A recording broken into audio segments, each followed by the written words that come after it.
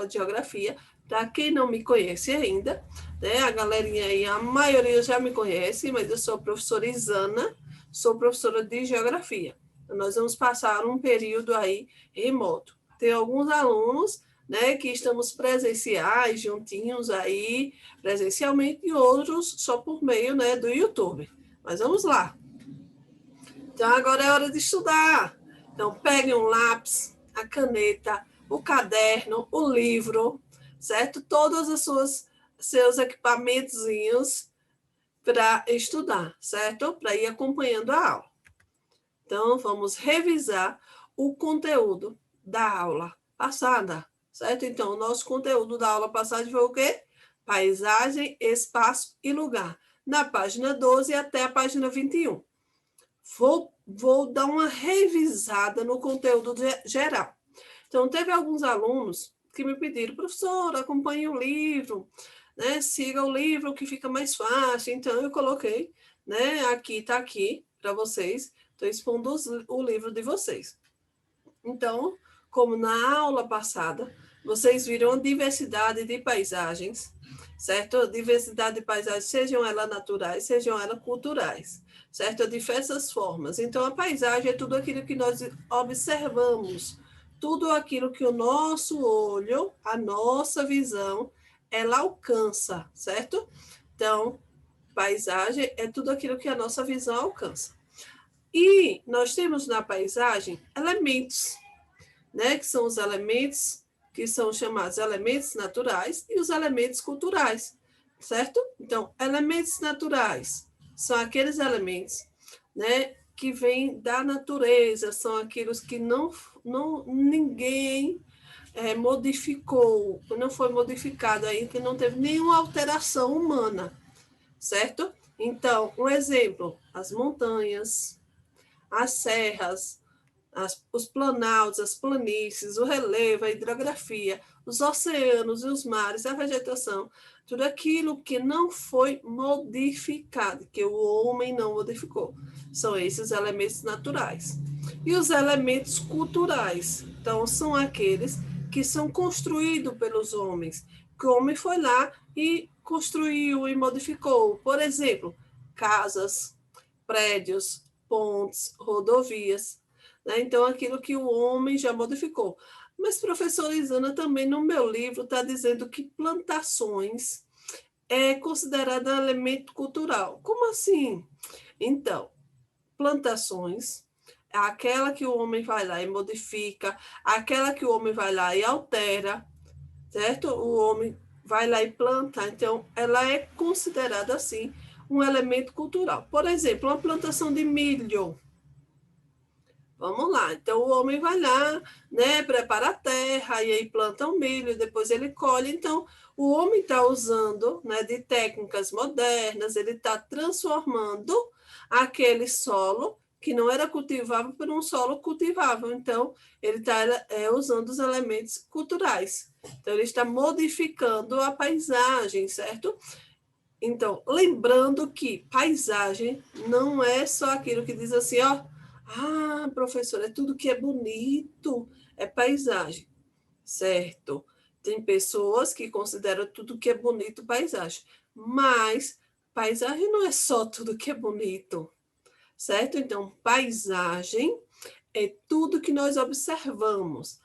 As coisas, tem muita coisa bela na paisagem, sim, muita coisa da natureza, muita coisa, né, que o homem não modificou, que é perfeito, as cachoeiras, né, uma praia ensolarada, então é perfeito, então é uma paisagem natural, certo? Mas a paisagem não é só o que é bonito, certo? Só para lembrar.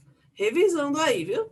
Então, elementos da paisagem, nós temos elementos naturais, nós temos os elementos culturais, né? Então, nós observamos hoje que o homem vem modificando muitos elementos naturais, né? Ele vem destruindo a natureza. Nós temos aqui um exemplo aí na foto, uma praia, né? E vocês observam aí nas areias da praia um monte de sujeira, né? Uma poluição imensa. Por quê? O homem vem fazendo alterações, né, o homem vem destruindo o meio ambiente. Então, aquela paisagem que era predominantemente natural acaba tendo essas questões, né, que o homem vem transformando, o homem vem modificando. Ok? Aí, observando ainda, né? Olha, há um restante aí da foto da praia, né? A imagem. Então, nós observamos, sim, que tem várias transformações, que o ser humano, ele polui, que o ser humano, ele modifica. Nós temos na imagem abaixo outra paisagem, né? Uma obra de revitalização do porto da cidade do Rio de Janeiro. E aí nós observamos o quê? Que é uma obra, uma paisagem humanizada, né? É uma paisagem chamada cultural, é aquela que o homem foi lá e modificou, certo? Aquela que o homem foi lá e, diante da sua transformação, do seu trabalho, ele foi modificando, ele foi alterando a paisagem. Mas aí vocês observam que é um ponto bom, é uma revitalização, certo? É reestruturar um ambiente, ficar mais confortável para as pessoas que ali habitam. A primeira foto, a foto da praia, é aí que é ruim, né? Porque traz muitas consequências para a nossa vida, muito lixo e é consequência. Quem que quer estar numa praia onde só um monte de lixo, um monte de lixo, um monte de lixo? Ninguém quer, né? Nós queremos estar num local limpo, cheiroso, um local agradável. Mas é assim, né? O homem vem transformando bastante as paisagens. E aqui nós temos outro exemplo do livro de vocês, né? Outro tópico que diz as transformações da paisagem. Então, as paisagens estão constantemente em transformação, como eu já falei para vocês, certo? Sejam ela da natureza, que o homem vai lá e modifica, ou sendo ela uma atividade, uma cultural, que o homem vai também estar em modificação. Como assim, professora? Então, a natural, o homem vai estar, né, modificando. O homem vai estar o quê? Desmatando, certo? O homem vai estar replantando, modificando a natureza. A própria natureza pode, sim, fazer alguma modificação na paisagem? Então, a própria natureza pode, sim, certo? A própria natureza pode modificar a paisagem. E aí, um exemplo aqui, essa rocha, do lado direito aí de vocês, resquício de rocha desgastada pela ação do vento. Então, a própria natureza, por si só, a ação do vento, da chuva, das temperaturas altíssimas, pode modificar, pode desgastar, certo? Pode modificar a natureza. E aí nós temos um exemplo, a transformação dessa paisagem. Ah, professora, mas essa transformação dessa paisagem vai ocorrer rápido? Não, ela vai ocorrer com milhares de anos. Né? Então, a ação do vento, a ação da chuva, das atividades naturais, ela pode sim transformar a natureza. E as paisagens, elas também transformam com a ação do homem, como eu falei, construções, né? Por exemplo, Itabaianinha. Itabaianinha, ela é a mesma Itabaianinha há muitos anos atrás? Não. Itabaianinha, as ruas é do mesmo jeito, no mesmo formatinho? As casas não sofreram alteração? Não, as casas sempre sofrem alteração. Por exemplo, José mora na rua do Bonfim. E aí a casa dele, né, não tinha muro, era um portãozinho. E aí a mãe decidiu fazer o quê? Mudar a frente da casa. Ele derrubou uma partezinha da frente, construiu um muro, colocou um portão de alumínio branco, pintou a casa de verde. E aí modificou a paisagem? Claro, modificou. Foi uma ação natural? Não. Foi uma ação do homem, foi uma construção. Então, as cidades, elas modificam, né, a partir dessas construções.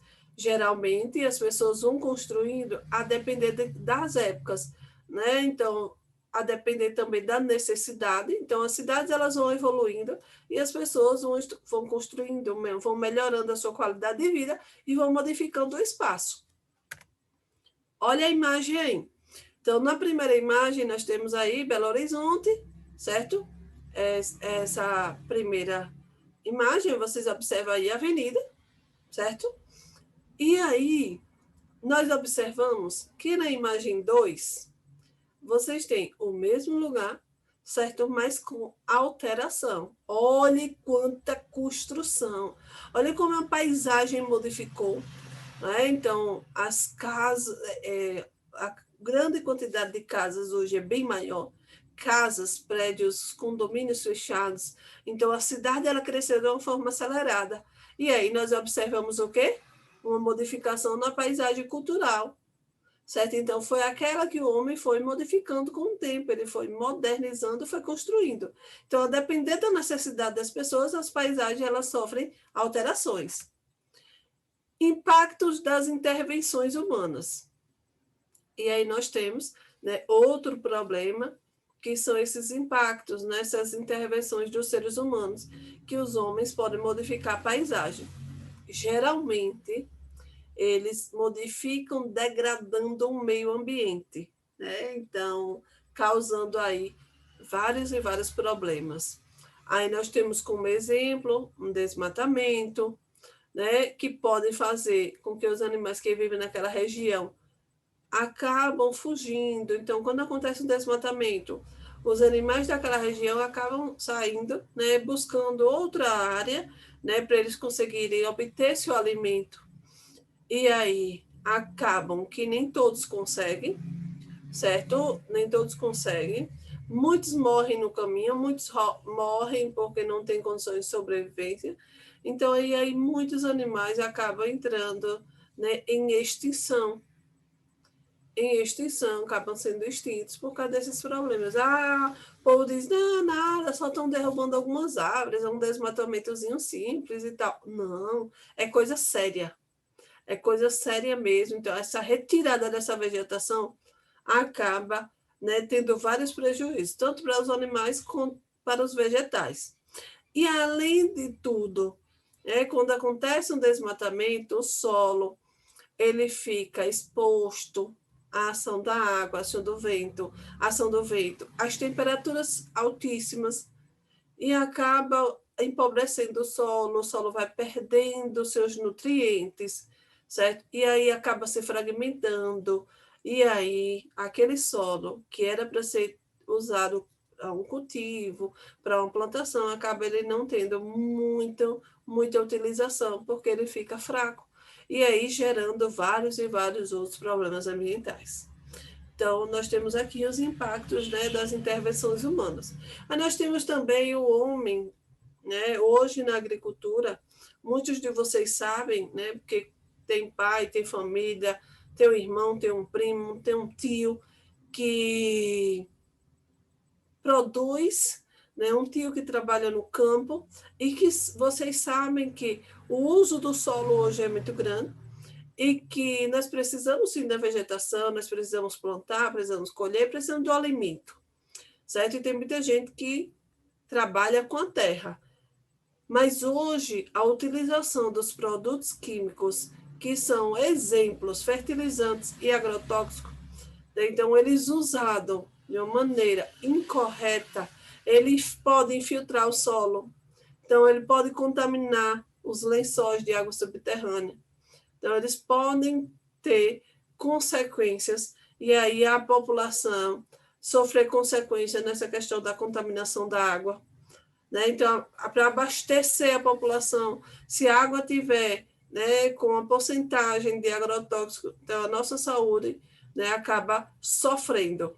Essa questão da contaminação dos leitos de água, de um rio, um exemplo, subterrâneo, pode também provocar a morte de peixes, pode provocar também consequências na reprodução dos peixes. Então, os agrotóxicos, eles são produtos, né, que são utilizados na agropecuária para combater e controlar insetos, ácaros, fungos, bactérias, ervas daninhas e doenças, e também são chamados de defensivos agrícolas e pesticidas. Então, nós temos, né, essa ação, nós temos esses produtos que são utilizados na agricultura, né, que também são prejudiciais para o nosso meio ambiente. Existem também várias e várias, né, atividades que são prejudiciais para, né, a criação extensiva do gado, essa extração dos recursos minerais também são prejudiciais para o meio ambiente. Então, nós estamos observando que a ação antrópica, né, a ação humana, Né? A ação antrópica é o quê? A ação humana. Vem degradando bastante o meio ambiente e o homem não está pensando no amanhã. Ele está pensando de hoje, ele precisa produzir, então vamos produzir e sem pensar nas consequências, certo? Então, nós devemos sim pensar nas consequências e pensar nas nossas paisagens, que elas podem ser modificadas, né, a partir dessa utilização. E aí nós temos, de acordo com tudo que nós estudamos, certo? Sobre paisagem, sobre esses problemas enfrentados, nós temos também algumas paisagens que são preservadas. Lembra da aula anterior? Né? Lembra da aula que o professor deu na sala? Então, paisagens que são preservadas. Então, são aquelas que, por exemplo, existe um parque de proteção, né? Existem lugares que têm uma intervenção, né? Uma intervenção humana para que seja preservada, certo? Para quê, professora? Um exemplo, se entre uma área de preservação, geralmente o objetivo é que preservem aquelas espécies de vegetais e animais que estão em risco de extinção, certo?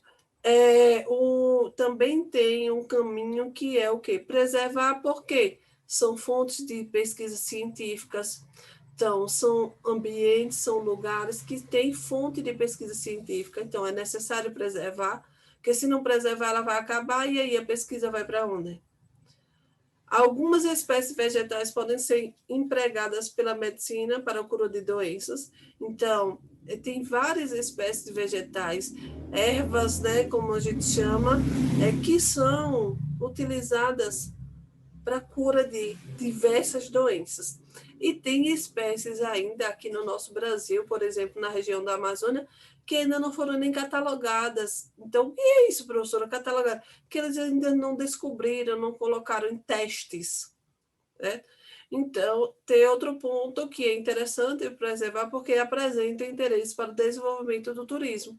Então, tem lugares que nós vamos para conhecer, que eu acredito que vocês já foram na vida escolar, para conhecer um ambiente, um lugar que é preservado, porque tem uma história, tem uma cultura, tem os animais. Eu até na aula passada eu falei sobre um exemplo de um zoológico, não sei se vocês lembram, né? Eu até coloquei um exemplo com um zoológico. O zoológico, né, é um lugar onde nós temos algumas espécies que já estão em extinção. São espécies que são tratadas e que ficam à exposição da população, para a população conhecer, que são espécies que você não encontra em qualquer lugar. Então, são espécies que são encontradas em locais específicos. Então, geralmente, quem frequenta um zoológico é quem? Os turistas. Os turistas que vão para conhecer, certo? Aquelas espécies, aqueles animais. E aí, no nosso dia a dia, por exemplo, vocês vão para uma praia, e aí é uma praia preservada, então, geralmente, na praia vai ter um monte de avisos que não pode jogar lixo. Então, existem praias aqui no Brasil que são consideradas praias preservadas. Existem ambientes, né, que são próximos aos rios, que são ambientes que são preservados, que geralmente tem, né, trabalhadores que ficam ali fiscalizando aquele ambiente, não? Então, tem toda uma proteção, que geralmente essa proteção, quem são os responsáveis é o Estado, né, para fazer toda essa proteção e assegurar a conservação e a preservação desses locais, certo? E aqui nós temos, né, algumas unidades de conservação. As áreas naturais protegidas são superficiais de terra ao mar, dedicadas à proteção e à manutenção de diversidade de flora e de fauna, assim como a da população e da cultura locais. São chamadas unidades de conservação. Então, as unidades de conservação, elas são divididas em dois grupos, certo? São unidades de uso sustentável e unidade de proteção integral. Então, unidade de uso sustentável é tentar combinar, certo? A conservação da natureza e o uso sustentável dos recursos. Então, sustentável, o nome já diz, é você utilizar, certo? Você usar para mostrar, certo? Você usar como um recurso, mas também conservar. E unidade de proteção integral é preservar a natureza sendo proibida a exploração dos seus recursos. Então, usar de maneira só preservando, para que ela não acabe. Geralmente, essas unidades de proteção integral, o que é que acontece? Eles pegam, por exemplo, uma planta, eles pegam, começam a plantar mudinhas, tiram, né, dela a sementezinha e começam a plantar mudinhas para tentar o quê? Preservar, para que ela não acabe. Então, nas unidades de proteção integral, não tem exploração dos recursos, é só preservação. E aqui nós temos, né, falando sobre espaço geográfico, no livro de vocês estão acompanhando. Então, o espaço é o conjunto de paisagens que são resultado de fenômenos naturais e da ação humana.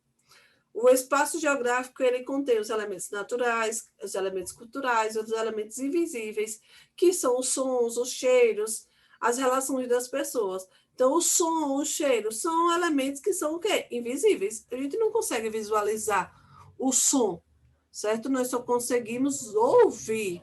O cheiro, nós conseguimos visualizar? Não, nós só conseguimos ouvir. Então, ele faz parte, sim, do espaço geográfico. E aí eu coloquei essas imagens, né, o som da cidade. Por exemplo, o trânsito caótico da cidade. É um som, um barulho brabo. Né? Nós ouvimos o som. Som da floresta, nós ouvimos, certo? Mas ele é invisível, a gente não consegue visualizar. O odor da cidade, por exemplo, a poluição na cidade. Nós conseguimos visualizar. Alguns lugares nós conseguimos visualizar, outros não, outros a gente só sente o cheiro, o odor, né? Então, cada espaço pode ter diferentes formas ou funções, conforme a atividade principal que nele se desenvolve. Então, lazer, o comércio, a moradia, a indústria e preservação. Então, cada espaço ele vai ser delimitado, né, como ele se desenvolve. Então, no comércio, nós vamos ter espaço o quê? Comercial. Na indústria, geralmente a indústria ela está localizada em um bairro o quê? Industrial. Certo? No lazer, nós estamos no meio, né, de pontos de localização e de lazer. Então, a cada, né, atividade que se desenvolve, o espaço ele vai modificando. Aqui um exemplo, né, nessa imagem, nós temos aí um centro de comércio. Então, uma movimentação grande de pessoas, um monte de anúncios, né? E aí, nós logo, na nossa cabeça, identificamos que é um centro, né? Um centro comercial. Lugar. Olha o conceito do lugar, bem rapidão, que nós estamos revisando. O lugar é onde nós convivemos, nós vivemos o nosso dia a dia, certo? Que nós temos vínculos afetivos, nós temos família. É o nosso lugar. Geralmente, o nosso lugar que a gente se sente bem, confortável, é onde? É a nossa casa. Mas também nós temos lugares que nós temos vínculos, nós temos família, nós temos um vínculo afetivo, que são a escola, a rua, né, a casa de um amigo, a casa de um parente, um bairro. São exemplos de lugares que nós temos o quê? Identidade. Certo? Então, nós temos uma identidade que nós temos o quê? Um afeto, um carinho, nós temos vínculo. Então, lugar é onde nós temos o quê? Estabelecemos vínculos afetivos e vínculos de familiaridade, ok? Então, o que não é considerado um lugar? Um exemplo, uma rodoviária. Professora, mas todo dia eu estou na rodoviária. Bom, você está fazendo o quê todo dia na rodoviária? Né? Você está fazendo o quê? Bom, eu preciso pegar um transporte, mas você está ali de passagem. E são poucas pessoas que estão todos os dias numa rodoviária. Geralmente está em um ponto de ônibus, certo? Então, ela não tem um vínculo. E um ponto de ônibus? Professora, eu estou em um ponto de ônibus todo dia. É o meu lugar? Não, porque no ponto de ônibus você está em um momento do seu dia, rapidão. Você espera ali o transporte, pronto. Subiu, chegou o ponto determinado, desceu, tchau. Você não cria um vínculo com o ônibus. Agora você pode criar um vínculo com o motorista do ônibus, que pode ser seu amigo, certo? Então, você convive com ele, mas o ponto de ônibus não é considerado um lugar. Então, a rodoviária, o shopping center, terminal de ônibus, aeroporto, não é considerado um lugar, porque a gente não cria um vínculo de afetivo, de familiaridade, ok? E agora nós vamos para a atividade. Oba! Atividade da página 24. Todo mundo pegando o livro aí. O livro quer dizer que vocês já estão com o livro, né? Pegando o caderno, perdoe, peguem um caderno, por favor, certo? Peguem um caderno, peguem a caneta e o lápis. Página 24. Nós vamos trabalhar agora a quinta questão. As outras questões os professores estão respondendo em sala, certo? Então fica mais fácil para vocês. Vamos lá para a quinta questão. Vou ler, vou explicar, depois eu vou comentar com vocês. Os espaços têm diferentes formas ou funções de acordo com a atividade que nele se desenvolve. Por exemplo, a casa pode ser um espaço de moradia, ter a forma de um sobrado e a função de oferecer abrigo e conforto. Com base nessa ideia, responda: quais são as funções das fábricas, dos hospitais e das praças? Em geral, qual é a forma de cada um desses espaços? Letra B. Cite outro espaço que você frequenta, na sua opinião, para que ele foi criado. Então, vejam só. Qual a função da fábrica, né? Então, qual a função dos hospitais? Então, a função das fábricas, as pessoas vão para a fábrica fazer o quê? Trabalhar, né? Então, as pessoas vão fazer o quê? Produzir, certo? Então, ela tem função de quê? De produção, de emprego, de renda, certo? Os hospitais, o que é que as pessoas vão fazer no hospital? Nos hospitais? Vão atrás de um atendimento, o médico, não é assim? O que é que vai ter no hospital para oferecer esse abrigo? O que é que vai ter? Uma maca, uma cama, não é assim? Um médico para fazer o atendimento. A praça, qual é essa função da praça? O que, que pode ter na praça? Então, a praça ela pode ter uma função de quê? De tranquilidade, de você ficar ali sossegado, de conversa. Então, uma forma de um abrigo, um banquinho na praça, bater um papo, certo? Então, é nesse caminho que vocês devem responder. Então, cite outro espaço que você frequenta. Aí é uma questão mais pessoal, certo? Então, vocês vão responder a letra A agora, de acordo com o que eu expliquei, né? Então, vocês já sabem mais ou menos. E aqui, né, as fábricas têm função de produzir mercadorias. Lembra que eu falei agora? Mercadorias e produtos. E costumam ocupar extensos galpões e grandes edificações. Os hospitais são espaços para a prestação de serviços de saúde. Estão localizados em edifícios, têm quartos para acomodar os pacientes. Já as praças são espaços públicos criados para o lazer. Então, as praças ela podem ter um banquinho para a gente sentar, para a gente conversar. Aí vocês vão, né, colocando aí a resposta de vocês, vão deixando aí sua identidade na sua resposta, certo? E a letra B, né, eu coloquei aí como um exemplo, né? Então, no nosso dia, a gente tem um monte de espaço que frequentamos. Né? Nós temos aí um monte de espaço. Por exemplo, aí vocês podem colocar no exemplo de vocês, a escola. Então, o que é que a escola traz para você? Né? Então, para que ele foi criado, para que a escola foi criada. Então, qual é o conforto, qual a principal função da escola? Né? Se você for. Aqui eu estou dando um caminho. Né? Então, para a prestação de serviço da educação. A educação, vocês vão para a escola para quê? Para ter um estudo, para ter uma qualificação, para ter suas aulas. Então, o que é que a escola dá de conforto? Os cuidados, pessoal de apoio, os cuidados dos professores. Então, outros locais que nós utilizamos no nosso dia a dia. As lojas, os supermercados, que aí nós precisamos do supermercado para quê? Para comprar as mercadorias, né? Ruas, estradas, avenidas, que nós utilizamos para o nosso transporte de mercadoria. Aqui eu coloquei só um caminho, certo? Então, a resposta é pessoal, porque a pergunta é: cite outro espaço que você frequenta. Então, e por quê? Né? Para que ele foi criado? Eu dei o caminho aqui para vocês na letra B de vários espaços que frequentamos no nosso dia a dia. Escolas, lojas, supermercados, ruas, avenidas, e aí vocês vão construir a resposta de vocês, ok? Vamos para a próxima pergunta. Cite 3 motivos que justificam a preservação das áreas naturais. Então, o que vocês acham? Por que as áreas naturais devem ser preservadas? Então, pensem aí, que nós falamos de preservação. Então, os animais, né, com as áreas preservadas, os animais eles vão sobreviver por mais tempo. Com as áreas preservadas, nós vamos ter vegetação disponível para utilização de remédios. Lembra do que eu falei? Lembra do que eu expliquei? Então, aí a resposta. A preservação das áreas naturais é importante para a conservação da biodiversidade, para garantir a manutenção das populações tradicionalmente ocupam locais que sofreram pouco intervenções humanas, para o desenvolvimento das atividades turísticas também. Então, tá aí a resposta, certo?